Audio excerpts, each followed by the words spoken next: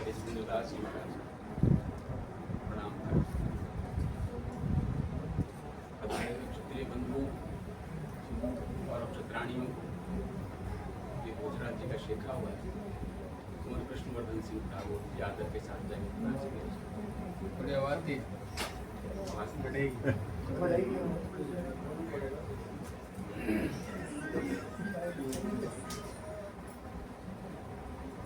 राजनीति इलेक्शन आ रहे हैं ना, तो सब जो लड़को चाहो वहां के लिए बहुत इंपॉर्टेंट विषय, सेंट्रल विषय राजनीति हो जाओ। चोर ने चांदनी कुम गाओ अंधेरो गाओ।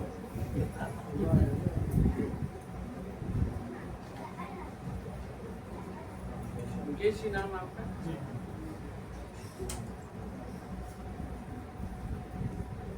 इस राजनीति को हम समझे ही नहीं और क्यों नहीं समझ पा रहे हैं पिछले 70 साल से? क्योंकि हम जितना इस राजनीति को समझने की कोशिश करें उतना हम हमारे धर्म को समझने की कोशिश नहीं करते।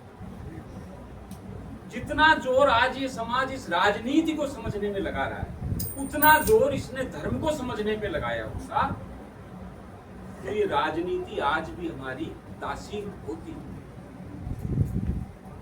हम ये चाहते हैं कि मेरे रिश्तेदारों के द्वारा इलेक्शन जीता जाता है, तो इन्हीं के जेठ राजेंद्र सिंह जी श्यामपुरा राव साहब आ रहे, तो मैंने बड़नगर में भी ये बात बताई, उनके मुंह से सुना मैंने राव साहब कि हारने के बाद हम चर्चा कर रहे थे। आपकी बहुत सरल आदत है कि दूसरा पर दोष लगते हो कि उन जाटों ने नहीं दिए, गुर्जर समाज ने नहीं दिए, वो ब्राह्मण समाज उधर चला गया, ऐसा हुआ वैसा हुआ। हम 2-3 घंटे तक बातें करते रहे तो मेरे मदद पर विराज रहे। उन्होंने मेरे को इशारा करके बोला राजू उठा, और मेरे से पूछा कि यार कहीं बातें कर रहे हैं? बोले चुनाव आ रहे अभी पर चर्चा हुई, अलग अलग लोगों पर दोषारोपण कर रहे हैं, फलाना किया फलाना। मेरी मदद ने क्या बताया? बोले पहली वही समाज वहाँ का कैपास है, गर्दना कटा तो जैसे भी बताया देखने की सारे समाज लड़ते थे, ऐसा नहीं हम लड़ते। तो थांका कैपास है समाज गर्दना कटाता, आज थांका कैपास है घूंटो गुण लगा रहा। तो राजू गलती कुण की है? समाजों की गलती है। गलती मुकेश जी हमारी, जो इलेक्शन लड़ना चाह रहा है गलती उसकी है, मेरी नहीं है। आप लड़ना चाह रहे हैं और समाज को साथ नहीं जोड़ पा रहे, तो कमी अपने में खोजनी है कि मेरे साथ मेरा भाई जुड़ क्यों नहीं रहा, पड़ोसी क्यों नहीं जुड़ रहा, जाट समाज क्यों नहीं जुड़ रहा, यादव समाज क्यों नहीं जुड़ रहा। पर कारण क्या है? हम हमारे धर्म को नहीं समझते। यदि ठीक ठीक छात्र धर्मी होने लगोगे, अरे भाई कहीं जानवर तक है, ये इस धर्म में ताकत है। पर हम तो धार्मिक तो होना ही नहीं चाहते, हम राजनीतिक होना चाहते हैं।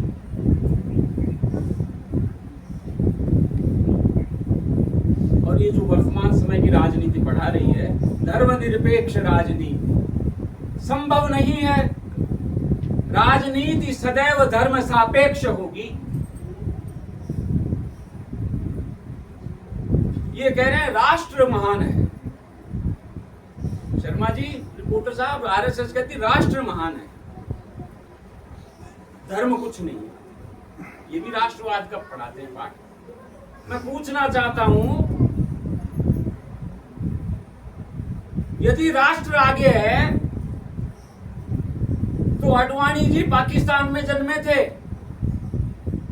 मातृभूमि वो थी उनकी, क्यों छोड़ के आए मातृभूमि को? धर्म की वजह से। राष्ट्र कुछ भी नहीं है, धर्म ही सब कुछ है। राष्ट्र कभी भी बदले जा सकते हैं। लकीर खींच दो, कल पाकिस्तान नहीं था, पाकिस्तान हो गया। लकीर खींच गई, आज बांग्लादेश है। आज जरूरी नहीं है कल बांग्लादेश रहेगा। लकीर मिटी, बांग्लादेश मिट गया। राष्ट्र कभी महत्वपूर्ण नहीं रहे, धर्म धर्म महत्वपूर्ण था। और आज हम आज के पढ़े लिखे राजनीति को न समझने की वजह से राजनीति को, राष्ट्र को महान मान रहे, इसलिए डूब रहे। कारण क्या है? हम हमारे लोगों की बात को सुनने के लिए तैयार नहीं है।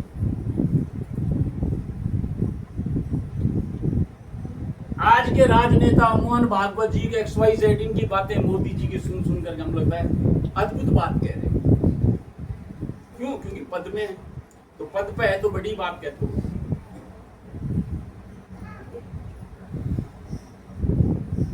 हमारे शास्त्रों में कहा गया है,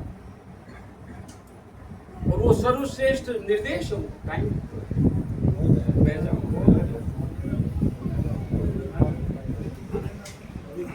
शास्त्रों का सर्वश्रेष्ठ हमारा जो निर्देश है वो है आत्मानं वेत्ति, स्वयं को जानो।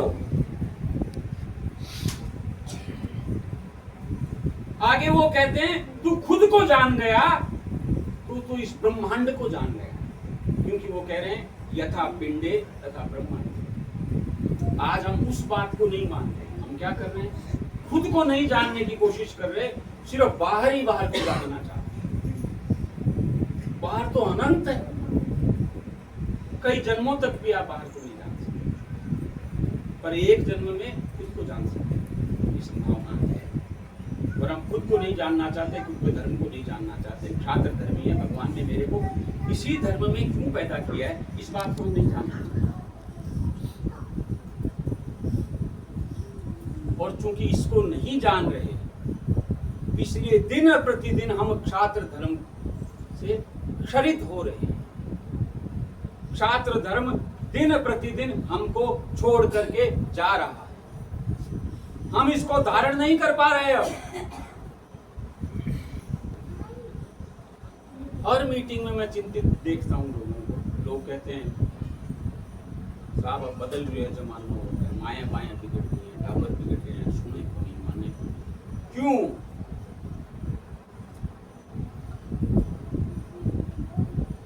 धर्म का अर्थ है धारण करना। तो धारण आप करेंगे कब? जब धारण करने की क्षमता आप में होगी तब।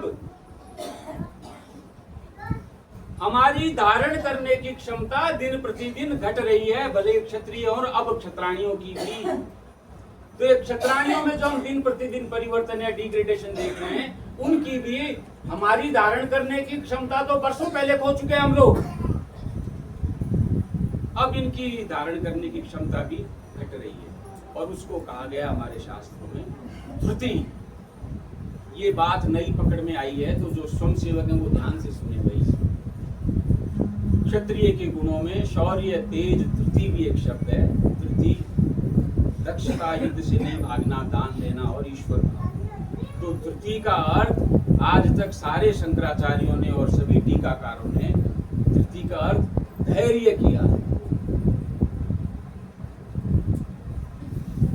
जबकि समझ में ये आने लगा है कि धृति का अर्थ धैर्य नहीं है। धृति अपने आप में एक शब्द है, त्रिधातु से, जिससे धर्म निकला, उसी से धैर्य। हालांकि धैर्य भी उसी से निकला है, पर धृति अपने आप में एक शब्द है जिसका अर्थ है धारण करने की क्षमता। धारण करने की क्षमता से अर्थ आपका जो गाड़ी में सीट है, फोम होता है, उस फोम में आप एक बूंद पानी डालो नहीं निकलेगा बाहर, 2 डालो, 3 डालो, 4 डालो। जब तक उसमें उस पानी को धारण करने की क्षमता रहेगी तब तक वो पानी बाहर नहीं जाएगा। और ज्यादा पानी डालोगे तो उसमें से बह निकलेगा। उसकी धारण करने की कैपेसिटी पूरी होगी। हमारी जो धारण करने की क्षमता है दिन प्रतिदिन सबकी घट रही है। इसलिए अब धर्म को तो धारण करने की बात छोड़ दो, आप परिवार को धारण नहीं कर पा रहे। तलाक क्यों हो रहे हैं? हमारे दो के परिवार को धारण करने की क्षमता भी खो रहे हैं। यदि इस धृति को हमने नहीं समझा और उस धृति को हमने नहीं बढ़ाया तो आप शुक्र हो जाएंगे जो कुछ भी धारण करने की क्षमता नहीं रखते। सिर्फ प्राणों को धारण कर सकेगी, धर्म को धारण नहीं कर पाएगी।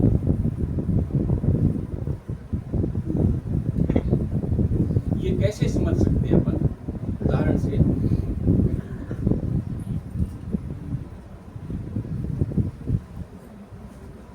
का एग्जैक्ट नाम नहीं पता, द लास्ट राजा या हिस्ट्री ऑफ जयपुर है, कोई फॉरेन राइटर ने लिखी है, हिस्ट्री ऑफ जयपुर लिखते हैं। वो लिखते हैं इन राजाओं के बारे में, जो भी आखिरी राजा हुए जयपुर में, इजाइनस मान सिंह जी, बेसिकली वो जयपुर राजघराने पर जाता है। तो वो राइटर लिख रहा है कि ये जयपुर वाले, जोधपुर वाले, मेवाड़ वाले और फिर गायकवाड़ वगैरह और भी कई राजाओं के उसने नाम लिखे। बोला ये राज में बैठते दरबार लगा के, आम या खास, तो उसमें पूरे गेटअप के साथ बैठना होता था। जागीरदार इधर बैठ रहे, उधर बैठ रहे, पूरा एक दरबार मजलिस जमती थी। तो बोला इनको ये राज दरबार और मजलिसें अब भाती नहीं थी। इसकी जगह उनको क्या अच्छा लगता था कि वो एक साधारण आदमी की तरह फॉरेन चले जाएं, मतलब विदेश में जाने का कोई भी मौका होता तो ये राजा लोग चूकते नहीं थे कि हम इंग्लैंड चले जाएंगे, पेरिस चले जाएंगे, XYZ किसी कंट्री स्टेट में जाकर के वो आम आदमी की तरह होटल्स में जाएंगे, पार्टीज में जाएंगे, डांसेस करेंगे, आम आदमी की तरह जीना चाहते थे। उनको ये ताज बोझ लगने लगा था। क्यों? ताज को धारण करने वाली क्षमता, धृति घट रही थी।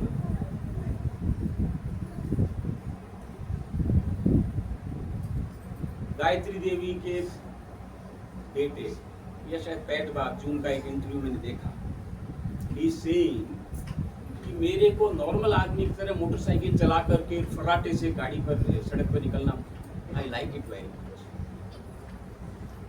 साधारण आदमी होना चाहता हूं।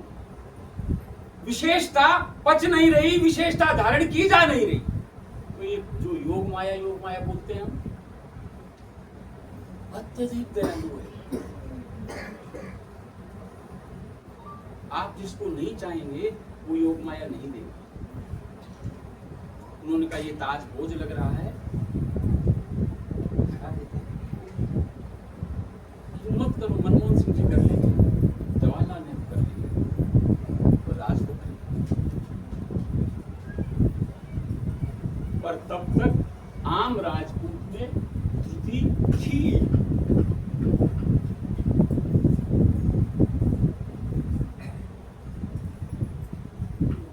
पर पिछले 70 साल इस मॉडर्न पढ़ाई ने हमारी उस धृति का नाश कर दिया। अब हम में से एक भी धृतिवान नहीं है। जो प्रकृति ने दे दी सो देख।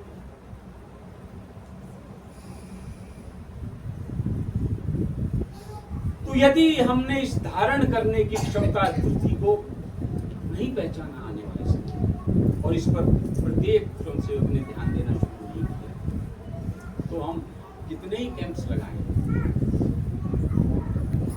हम इनके भीतर उस धर्म को धारित नहीं करा पाते। पानी फोम में डालोगे कब वो उसको खींचने लायक क्षमता रखेगा फोम तभी। इस पर पानी डालोगे ग्लास पर कैसे ठहरेगा? इसलिए कैंप 70 साल से लगा रहे, कितने अच्छे स्वयंसेवक तैयार कर पर धृति है ही नहीं। इसलिए बातें करते रहो। आज से 8 साल पहले मीटिंग में कोई बात बोली गई, याद है किसी को? अभी कुछ मिनट के लिए सबके दिमागों में खुजली हो रही है। क्यों? कानों के थ्रू ये बात जा रही है। बस थोड़ी देर यहाँ से बाहर जाएंगे, जयपुर पे पहुंचेंगे, घर रास्ते में उड़े होंगे, फिर ये बातें याद नहीं। देखो धृति नहीं है भाई।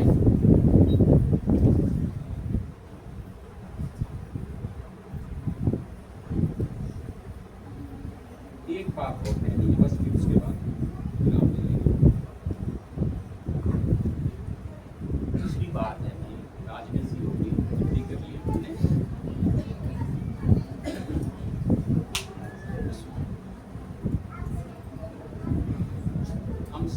स्वयंसेवक। चंदन प्रोग्राम बड़ी है, आवाज स्वयंसेवकों तेज पर- करो। हाँ, स्वयंसेवकों पर बात करनी चाहिए। खुद पर काम नहीं कर रहे, समाज में काम करना चाहते हैं, बहुत पवित्र इच्छा है, पर उसकी पहली कंडीशन है कि आप खुद पर काम करें। हम में से बहुत सारे लोग देवी सिंह जी महाराज साहब के बहुत नजदीक रहे हुए लोग, उनका खुद का अनुभव होगा, हर वक्त वो व्यक्ति खुद पर काम करता हुआ दिखता था, फील होता था कि ये खुद पर काम कर रहा है। 24 घंटे में से मैक्सिमम समय उनका खुद पर काम करने में बीत रहा है, चिंतन में, विचार में, बात में, पढ़ने में, चर्चा भी करनी है तो वो भी उसी से जुड़ी हुई। और समाज में वही लोग सक्सेसफुली, सफलतापूर्वक वो लोग ही काम कर पाते हैं जिन्होंने खुद पर बहुत ज्यादा काम किया। आप तन सिंह जी के डायरियां ये पढ़ेंगे, किस लेवल का अंतर्निरीक्षण है।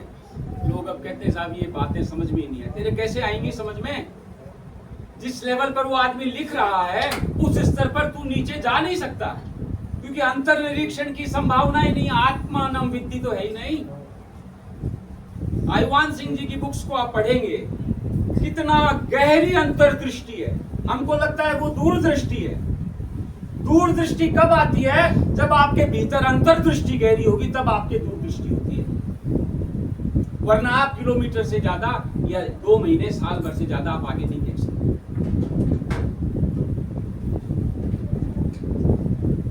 हम लोग कितने लोग काम कर रहे हैं।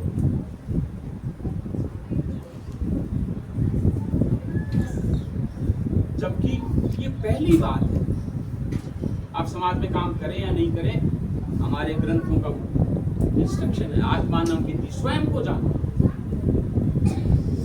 और समाज में काम करना है तो ये तो दूसरों पर आप कब काम करेंगे? जब आप खुद पर काम कर चुके होंगे तब। खुद पर काम किए बिना उतरेंगे तो लोग आपके ऊपर काम कर जाएंगे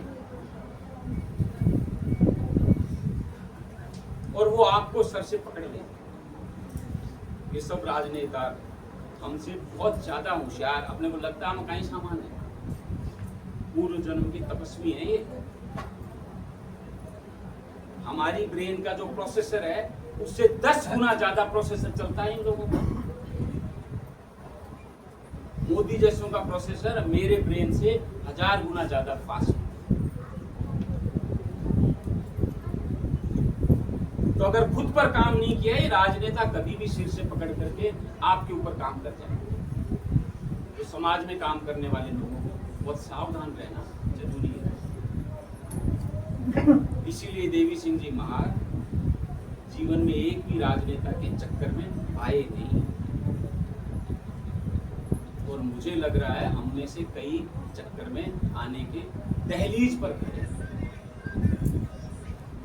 क्यों? खुद पर काम नहीं हो रहा है। तो इन चंदन प्रोग्रामों का यही महत्व है कि हम आपस में एक दूसरे की बातें करें और ये सोचने की, विचार की प्रक्रिया को तेज करें। तो इस आशा के साथ कि अपने जो यहाँ बात की है उस पर हम गहराई से कम सोचेंगे। जब इस आशा के साथ मैं जय गोपीनाथ जी की अर्ज करके अपना स्थान